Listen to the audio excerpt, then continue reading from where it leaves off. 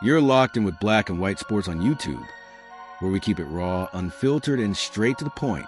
And after staying up late to watch that disaster unfold, wow. Indiana Fever fans deserved a whole lot better than what we just saw.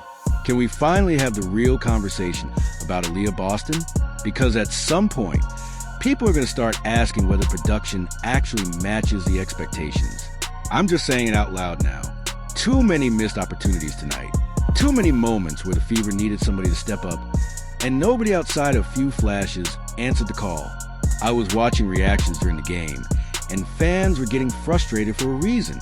Indiana had multiple chances to take control, especially late, and they just could not execute. The offense looked disorganized, the spacing looked rough, and honestly, what exactly is the offensive identity right now under Stephanie White? Because here's the reality. If Caitlin Clark doesn't completely take over a game, the Fever look vulnerable every single night. And another thing, Raven Johnson absolutely should have played more. No question about it. She brought energy, pace, confidence, and efficiency. Meanwhile, some of the veterans struggled badly.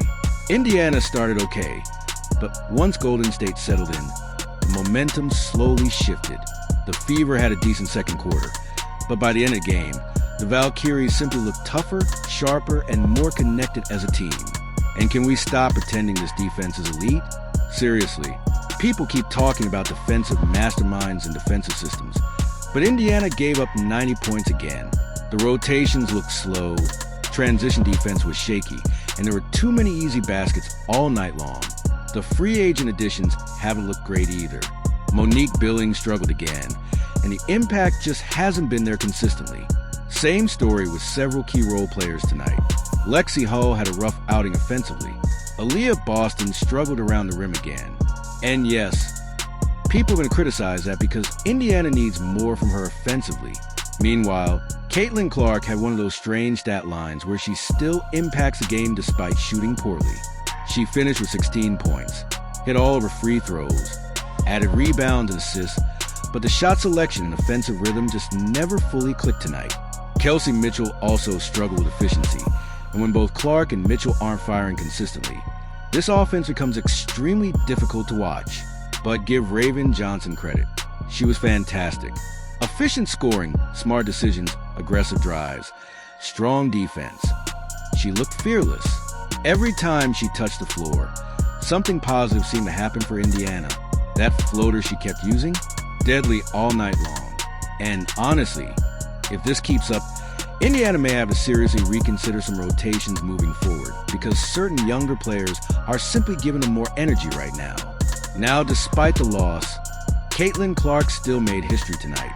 She became the fastest player in WNBA history to reach 1,000 points and 500 assists.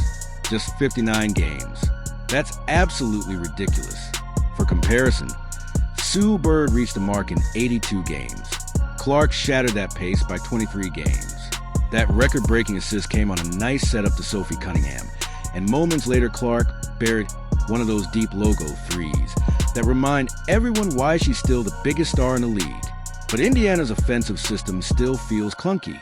The Fever should be generating easier catch-and-shoot opportunities for Clark instead of forcing her into difficult off-the-dribble looks every possession. When she's catching in rhythm, she's lethal. But too often the offense stalls and turns into isolation basketball. Golden State, meanwhile, played with far better flow. The ball movement looked cleaner. The extra passing created open looks, and they simply felt like the more composed team down the stretch. Veronica Burton quietly dropped a huge scoring performance, while Gabby Williams made major plays throughout the game despite missing some key free throws late. At the end of the day, the Valkyries deserved this win.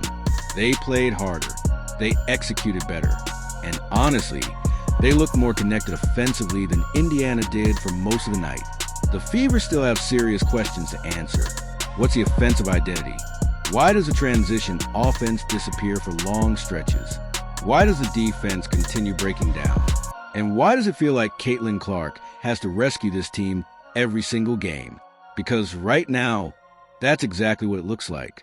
Anyway, guys, let me know what you think in the comments below. Was Raven Johnson the biggest bright spot tonight? Should Indiana adjust the rotations? And how concerned should Fever fans be after another rough performance? Don't forget to like, comment, subscribe, and we'll catch you next time on Black and White Sport.